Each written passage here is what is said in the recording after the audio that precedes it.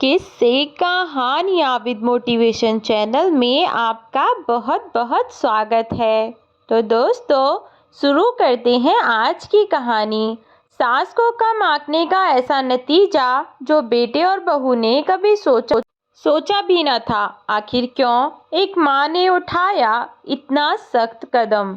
अंजना, आज तबीयत कुछ ठीक नहीं लग रही है। तुम जाकर विराट से कह दो कि वह डॉक्टर के पास ले चले। प्रसाद जी ने अपनी पत्नी अंजना से कहा। तो अंजना जी उठकर अपने बड़े बेटे विराट के कमरे का दरवाज़ा खटखटाती हुई बोली, विराट, ओ विराट। विराट की पत्नी ने दरवाज़ा खोला और बोली, हाँ बताइए माँ जी, क्या काम है? क्यों सुबह सुबह नींद खराब करने चली आई? तब अंजना जी ने अपनी बहू से कहा, गीता, अगर कोई ज़रूरी काम नहीं होता मैं तुम्हें बिल्कुल परेशान नहीं करती। बेटा, दरअसल तुम्हारे बाबूजी की तबीयत कुछ ठीक नहीं है। उन्हें खांसी का धस्सा उठ रहा है।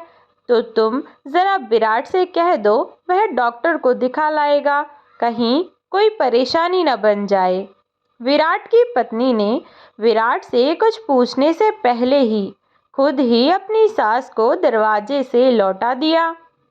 वह बोली, माँ जी, अब यह बड़े बेटे हैं तो इसका मतलब यह तो नहीं कि हर चीज़ में आप इन्हें ही पीसते रहें। जब बात देने की हो तब तो आपको अपना छोटा बेटा याद आता है, और जब बात खर्च करने की आए तो आप यहाँ दौड़ी चली आती हैं। हमारे पास क्या कोई पैसों का पेड़ उगा है जो हम आपको पेड़ से पैसे तोड़ तोड़ कर दे दें? या फिर अस्पताल में डॉक्टर ने कोई खैरात खाना खोल रखा है जो मुफ्त में दवाइयाँ बांटेंगे? देखिए माँ जी, हमारे पास इतने पैसे नहीं हैं, और कल ही चिंटू और मिंकी का स्कूल में दाखिला करवाया है। पूरे 50,000 रुपये गए हैं दोनों के एडमिशन में। तो अभी हमारे पास पैसों का इंतज़ाम नहीं है। अपने छोटे बेटे से जाकर कहिए, वह बाबूजी को दवा दिला देगा। अगली बार हम देख लेंगे। बड़ी बहू ने यह कहकर अपना दरवाज़ा बंद कर लिया। फिर अंजना जी मन में आस लिए हुए अपने छोटे बेटे का दरवाज़ा खटखटाती हैं। तब उनके छोटे बेटे ने दरवाज़ा खोला। वह बोला, आइए माँ, अंदर बैठिए। अंजना जी बोली, बेटा, बैठना क्या है, मैं तो तुझे यहाँ बुलाने के लिए आई हूँ। तेरे पापा की तबीयत ठीक नहीं है, उन्हें बड़ी परेशानी हो रही है। कई दिनों से उन्हें खांसी का तेज़ धस्सा उठ रहा है, और कई बार उनके सीने में हल्की फुल्की टीस भी उठ जाती है। कहीं कोई बड़ी परेशानी ना हो जाए, इसलिए जाकर एक बार डॉक्टर को दिखाना चाहते हैं। तब छोटा बेटा बोला, हाँ माँ, बात तो सही है, इसमें इतना सोचना क्या है। सही कह रहे हैं बाबूजी, जाकर डॉक्टर को दिखा दीजिए। तब अंजना जी बोली, बेटा, मैं तुझे इसीलिए बुलाने आई हूँ। अस्पताल जाकर अपने बाबूजी को दिखा लाओ ताकि पता चल सके कि असल में परेशानी क्या है। अंजना जी के यह कहने पर उनका बेटा सकपका गया और बोला, अरे माँ, एक दिन ही तो मिलता है परिवार के लिए, उसमें भी अब आप पापा को लेकर अस्पताल चला जाऊं। बच्चों के साथ वक्त कब बिता पाऊंगा? आप एक काम करिए, आप बाबूजी को दिखा लाइए, सरकारी अस्पताल में ले जाइए, वहाँ से आधा खर्चा भी नहीं होगा। यह लीजिए 50 रुपये, इनसे आपका आने जाने का किराया हो जाएगा, और फिलहाल तो इससे ज़्यादा पैसे नहीं दे पाऊंगा मैं, क्योंकि आज मैंने और ललिता ने बच्चों को मूवी दिखाने का प्लान बनाया है। तो बस हम लोग वहीं के लिए निकल रहे थे, इतने में ही आप आ गईं। अब प्लान कैंसिल करके बच्चों का दिल तो नहीं दुखा सकता ना माँ, इसलिए आप मैनेज कर लीजिए। यह पैसे रखिए, 50 रुपये। अंजना जी के हाथ में थमाता हुआ उनका छोटा बेटा अनुज बोला। बेचारी अंजना जी उसे भला क्या ही कहती। वहाँ से उठकर अपने कमरे में आते हुए देखा कि प्रसाद जी उन्हें बड़ी उम्मीद भरी नज़रों से देख रहे थे। शायद वह आस में बैठे थे कि अंजना जी आकर उनसे यही कहेंगी कि तैयार हो जाइए, विराट या अनुज आपको डॉक्टर के पास दिखाने जाएंगे। जैसे ही अंजना जी कमरे में दाखिल हुई तो वह चेहरे पर झूठी मुस्कान लिए हुए बोली, दरअसल आज रविवार का दिन है ना, पूरा हफ्ता ऐसे ही निकल जाता है। आज बच्चों को सुकून से सोता हुआ देखा तो हिम्मत ही नहीं हुई उन्हें उठाने की। और फिर अभी हम दोनों इतने बूढ़े भी तो नहीं हुए हैं, हम दोनों खुद ही डॉक्टर के पास जा सकते हैं। चलिए, मैं आपको डॉक्टर के पास ले चलती हूँ, अंजना जी ने प्रसाद जी से कहा।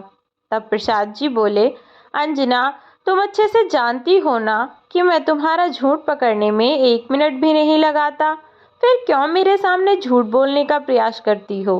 अब अंजना जी की मुस्कान फीकी पड़ गई। अब वह अपना चेहरा दूसरी ओर घुमाते हुए बोली, यह आप क्या कह रहे हैं? आप भी ना बस फालतू की बातें करवा लो आपसे। जल्दी से तैयार हो जाइए, फिर हमें डॉक्टर के पास भी जाना है। और फिर 12 बजे के आसपास सरकारी अस्पतालों के डॉक्टर उठ जाते हैं। जल्दी तैयार हो जाइए, कपड़ों की तह लगाती हुई अंजना जी बोली। अब प्रसाद जी भी उठकर तैयार होने लगे। दोनों तैयार होकर हॉस्पिटल चले गए।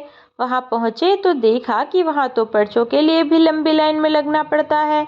जहां पहले से ही लंबी लाइन लगी थी, बेचारे प्रसाद जी वहां जाकर लाइन में जाकर खड़े हो गए। पर अंजना जी ने उन्हें हटाया और खुद लाइन में खड़ी हुई। लाइन में खड़े खड़े अंजना जी के भी पैरों में दर्द होने लगा था, लेकिन क्या करते, और कोई सहारा भी तो नहीं था। और प्रसाद जी की तबीयत तो वैसे ही इतनी खराब थी। आखिरकार उन्होंने पर्चा लिया और प्रसाद जी को लेकर डॉक्टर के पास पहुंचे। डॉक्टर ने प्रसाद जी का चेकअप किया और कहा, माता जी, लगता है बाबूजी को कोई गंभीर बीमारी है जिसका इलाज इस छोटे से अस्पताल में तो संभव नहीं है। आप मेरी माने तो आप बाबूजी को किसी अच्छे अस्पताल में दिखाइए। मैं आपको दिल्ली के एक अस्पताल का पता लिख कर देता हूँ, वहाँ जाकर आप बाबूजी को दिखाइए। इनका इलाज यहाँ संभव नहीं है, और अगर इन्हीं छोटे मोटे अस्पतालों के चक्कर में रहे तो भारी नुकसान उठाना पड़ सकता है आपको। इसीलिए देर मत कीजिए और जितना जल्दी संभव हो उन्हें उतना जल्दी वहाँ दिखा दीजिए। अंजना जी प्रसाद जी को लेकर घर पर आईं तो फिर बोली, आप परेशान मत होइए, डॉक्टर ने हमें जो पता लिख कर दिया है, हम इस पते पर जाकर इलाज कराएंगे तो आप पूरी तरह ठीक हो जाएंगे। अब चाहे जैसे भी हो, आपका इलाज तो हमें कराना ही है, लापरवाही तो नहीं कर सकते ना हम। अब आप आराम कीजिए, मैं जाती हूँ, विराट से कहने के लिए। दोनों बाहर बगीचे में बैठे थे। मैं अभी जाकर उनसे पूछ कर आती हूँ कि आपको दिखाने के लिए कौन साथ चलेगा। दोनों में से जो जाना चाहेगा उसे लेकर चलेंगे अपने साथ। अंजना जी बड़ी उम्मीद और भरोसे के साथ अपने बेटों के पास गईं और जाकर बोली, बेटा, आज मैं तुम्हारे पापा को सरकारी अस्पताल में लेकर गई थी, लेकिन वहाँ डॉक्टर ने मना कर दिया। डॉक्टर ने कहा कि उन्हें कोई गंभीर बीमारी है जिसका इलाज यहाँ के किसी छोटे मोटे अस्पताल में संभव नहीं है। इसलिए हमें तेरे पापा को दिल्ली के एक बड़े अस्पताल में भर्ती कराना होगा, वरना कुछ भी हो सकता है। तभी बड़ा बेटा उठता हुआ बोला, चलो भाई, तुम लोग बात करो, मैं जाता हूँ। कल ऑफिस में ज़रूरी काम है तो सुबह समय से ही निकलना पड़ेगा, इसलिए मैं सोने जा रहा हूँ। यह कहकर बड़ा बेटा तो अपना हाथ झाड़कर चला गया। फिर छोटा बेटा कुछ देर बैठा सुनता रहा। फिर उसकी बीवी आई और उसे अपने साथ लेकर चली गई। अब अंजना जी वहाँ अकेली बैठी रह गई थी, पर अब वह कर भी क्या सकती थी। उन्होंने बेटों से मदद मांगी तो उन्होंने साफ साफ शब्दों में मना कर दिया। किसी ने अपने काम गिना दिए तो किसी ने अपने खर्चे गिना दिए। उस दिन अंजना जी पूरी रात सो नहीं पाई। उन्हें यही चिंता सता रही थी कि वे किस तरह से अपने पति की जान बचाएं। जब उनके बच्चों ने ही उनका साथ छोड़ दिया तो कौन उन्हें सहारा देगा? कैसे वे अपने पति को लेकर इतने बड़े शहर में जाएंगी और इलाज के पैसे वो कहाँ से आएंगे? इसी उधेड़बुन में अंजना जी ने पूरी रात निकाल दी, पर उन्हें इस समस्या का कोई समाधान नजर नहीं आया। अब उन्होंने सोचा कि वे इस बारे में अपने बेटों से दोबारा बात करेंगी। इधर रामप्रसाद जी की तबीयत दिन प्रतिदिन और बिगड़ती जा रही थी। वे हर समय खांसते रहते। अंजना जी ने आज बेटों से फिर पूछा तो उन्होंने उनके हाथ में 100 रुपए पकड़ा दिए और बोले, माँ आप ही जाकर पापा को दिखा लाइए। फालतू में एक दिन की छुट्टी होगी और फिर उसके पैसे कटेंगे सो अलग। इसलिए आप ही पापा को लेकर चली जाओ और फिर आप घर में पड़ी पड़ी क्या करोगी? इसी बहाने आप दोनों थोड़ा बाहर तो निकलेंगे। पूरा दिन घर में पड़े रहते हो। अपने बेटों की बातें सुनकर कुछ समय के लिए तो वह आश्चर्य में पड़ गईं कि उनके बेटे सच में इतने स्वार्थी और बेशर्म हो गए हैं। वे बोली, इन 200 रुपयों में क्या होगा इतने बड़े शहर में, और यहाँ अपने कस्बे की बात और है। मैं अकेली इतने बड़े शहर में भला कैसे जा सकती हूँ? तुम दोनों में से कोई एक तो हमारे साथ चलो। तब बड़ा बेटा बोला, मेरे पास तो बिल्कुल समय नहीं है, अनुज से पूछ लो। अब उनका छोटा बेटा बोला, आपके पास समय नहीं है तो क्या मैं खाली बैठा हूँ? मुझे भी 50 काम होते हैं। मैं अपने काम बिगाड़ लूँ क्या? माँ जैसे ठीक लगे वैसे कर लो, पर मुझसे उम्मीद मत करना कि मैं आपके साथ वहाँ जाऊँगा। मैं अपने काम पर जा रहा हूँ। शाम को आकर देखते हैं क्या करना है क्या नहीं। अंजना जी को आस लगी कि शायद अब उनका बेटा जब शाम को आएगा तब वह प्रसाद जी के साथ जाने का समय निकाल कर आएगा या अपने भाई से बात करेगा। इधर प्रसाद जी खांसते खांसते बेहाल हुए जा रहे थे। वे किसी भी वक्त बिस्तर से नीचे गिरने ही वाले थे कि अंजना जी ने आकर उन्हें संभाल लिया। वे अपनी बहू को आवाज लगाती हुई बोली, बहू अपने ससुर जी के लिए एक गिलास पानी लाना, बड़ी तेज खांसी उठ रही है। इन्हें दोनों में से कोई भी जब नहीं आई तो अंजना जी ने नाम लेकर आवाज लगाई, अरे गीता एक गिलास पानी ले आ बेटा, तेरे ससुर जी की तबीयत ठीक नहीं है। तब जाकर गीता पानी लेकर आई और वहीं पर पानी रख कर चली गई। अंजना जी बोली, तुम दोनों को कितनी बार आवाज लगाई, एक बार में सुनाई नहीं देता क्या बहू? तब दोनों एक साथ बोली, हम तुम्हारी तरह हर टाइम खाली तो नहीं बैठे रहते, जो जब कहो तब हाजिर हो जाएं। अंजना जी बोली, तुमसे तो कुछ कहना ही बेकार है, 4 जवाब उल्टे सुन लो। अंजना जी जाकर किचन में खाना बनाने लग गईं। शाम होते होते बेटे भी ऑफिस से लौट कर आ गए और दोनों में से किसी ने भी प्रसाद जी को डॉक्टर के पास ले जाने का जिम्मा अपने सिर नहीं लिया। दोनों ही अपने हाथ झाड़कर बैठ गए। अगले दिन अंजना जी अपने पति प्रसाद जी को लेकर शहर के लिए निकल पड़ी। दोनों पति पत्नी दोपहर तक दिल्ली स्टेशन पहुंच चुके थे। जब दोनों ट्रेन से उतरकर स्टेशन से बाहर निकले तो वहां बहुत से ऑटो वालों ने अलग अलग जगह का नाम लेकर चिल्ला रहे थे। प्रसाद जी ने आगे बढ़कर एक ऑटो चालक से उस अस्पताल के बारे में पूछा कि वह उन्हें वहां ले जाने के कितने पैसे लेगा। तब उस आदमी ने कहा, वहां जाने के तो 150 रुपए लगेंगे बाबूजी। बैठिए आइए।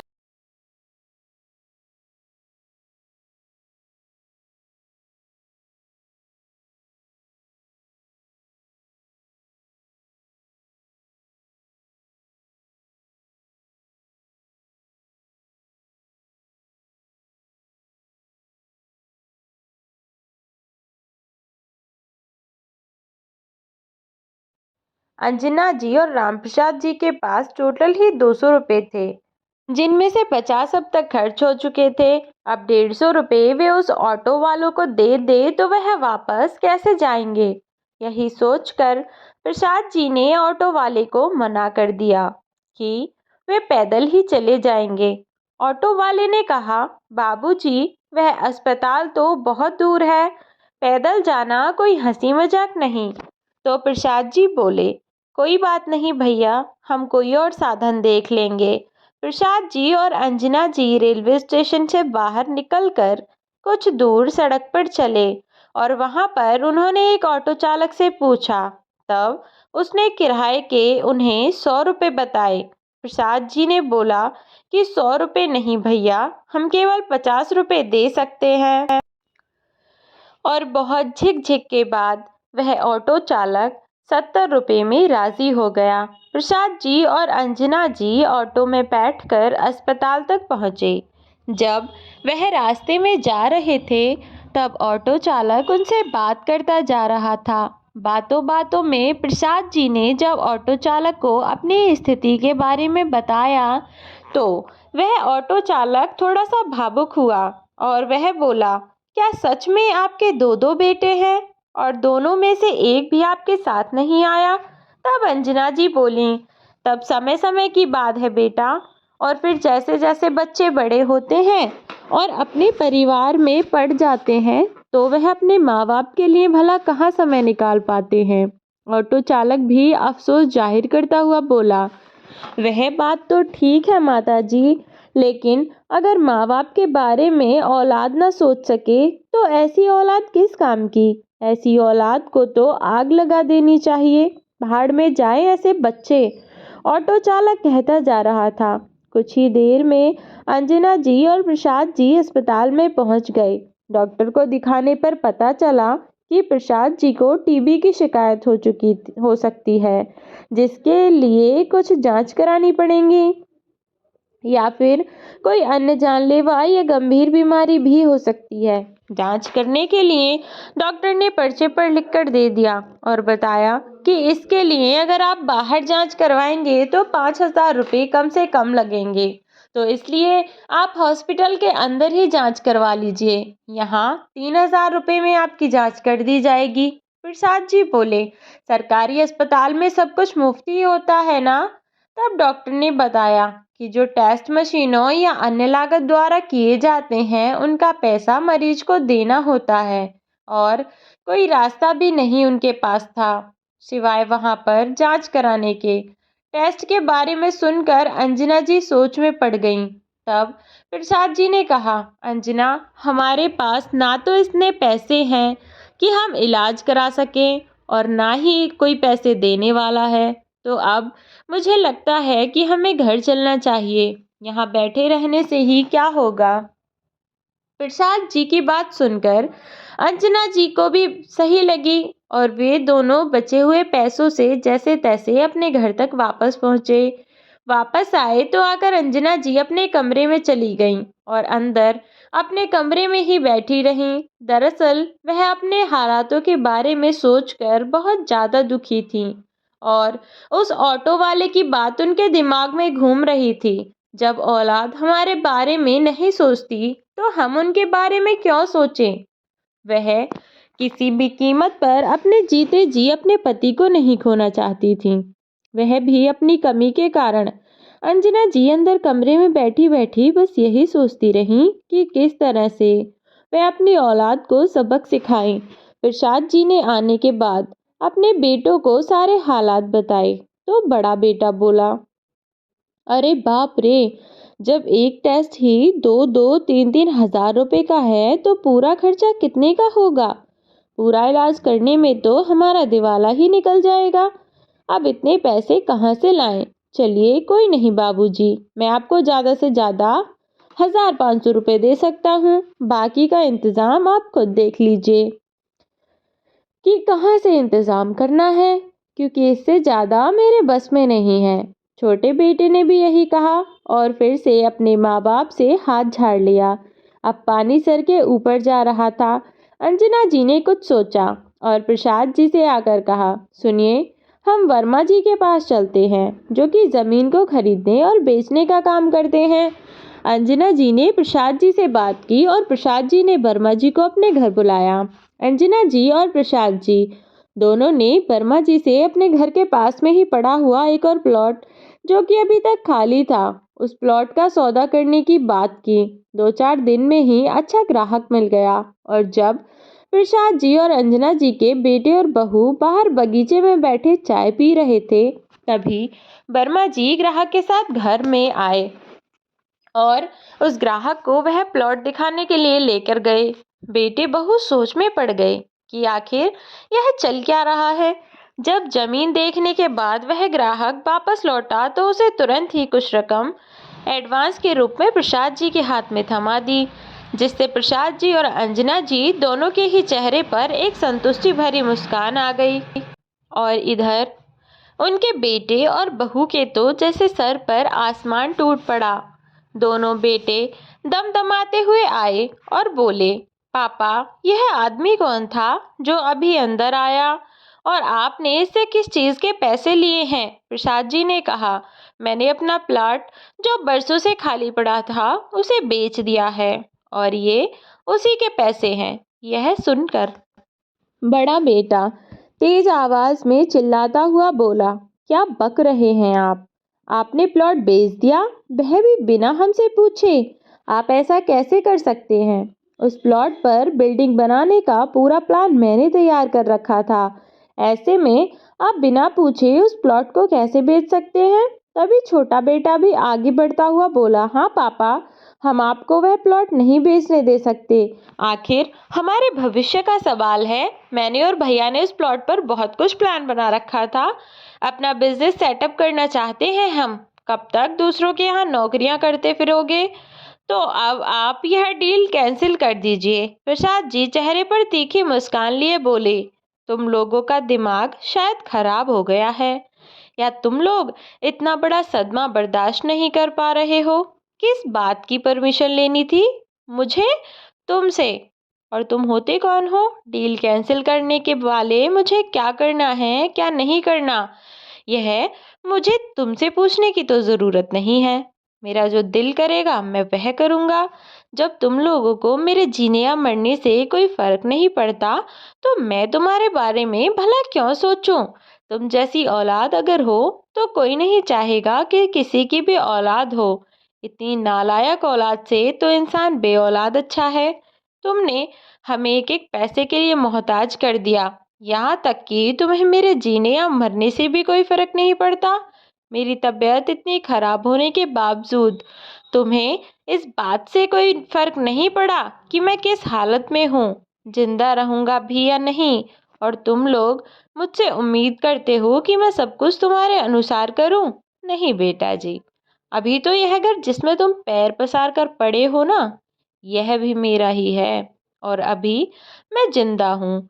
मेरे जीते जी मेरी हर चीज़ पर मेरा अधिकार है। मैं चाहूँ तो बेचूं, चाहूँ तो दान करूँ, या चाहूँ तो तुम्हें इस घर से लात मारकर बाहर निकाल दूँ। बर्दाश्त करने की भी कोई हद होती है, और मेरी बर्दाश्त करने की हद अब पार हो चुकी है। अगर तुम अब भी यह उम्मीद करो कि मैं तुमसे कुछ नहीं कहूँगा और चुपचाप अपनी मौत का इंतज़ार करता रहूँगा, तो शायद मैं अपने बारे में सोचकर ऐसा कर भी देता। लेकिन मैं अपनी पत्नी को तुम जैसी औलाद के भरोसे छोड़कर तो यमराज के पास भी नहीं जा सकता। न जाने मेरे मरने के बाद तुम क्या हाल करोगे उसका। जब मेरे जीते जी तुमने उसकी यह कदर रख रखी है, तो इसलिए आगे से अपनी औकात में रहकर बोलना, क्योंकि अगर मुझे गुस्सा आया तो मेरे तो केवल खाने के लाले पड़े थे। तुम्हारे तो सोने, खाने, नहाने, हर चीज़ के लाले पड़ जाएंगे, क्योंकि मैं तुम्हें इस घर से निकालने में 2 मिनट भी नहीं लगाऊंगा। बहुएं और बेटे आज बिल्कुल चुपचाप खड़े थे। केवल उनके पिता बोल रहे थे और वह चुपचाप खड़े होकर सुन रहे थे। आज प्रसाद जी बहुत ज्यादा गुस्से में थे और अपने बच्चों की बातें सुनकर उनका गुस्सा और बढ़ गया था। आज इतने समय बाद अपने पिता को इतने गुस्से में देखकर उनके बेटों की हिम्मत नहीं हुई कि वह अपने पिता से कोई उल्टा जवाब दे सकें, या शायद उन्हें उम्मीद थी कि अगर आज भी उल्टे बोले तो सीधा घर के बाहर होंगे। बस यही सब सोचकर वे चुप थे। और आज अंजना जी भी अपने पति के साथ सुकून से बैठी थीं। अगले ही दिन एडवांस की रकम से अंजना जी और प्रसाद जी जो दोनों डॉक्टर के पास गए और सभी टेस्ट कराए। प्रसाद जी का इलाज शुरू हो चुका था और अब अंजना जी अपने पति को देखकर खुश थीं, क्योंकि अब वह उन्हें पल पल मरते हुए नहीं बल्कि अपने साथ खुशी से जीते हुए देख रही थीं। प्रसाद जी ने प्लॉट बेचकर सारा पैसा अपने पास रखा और अपने बेटों को एक फूटी कौड़ी तक न दी।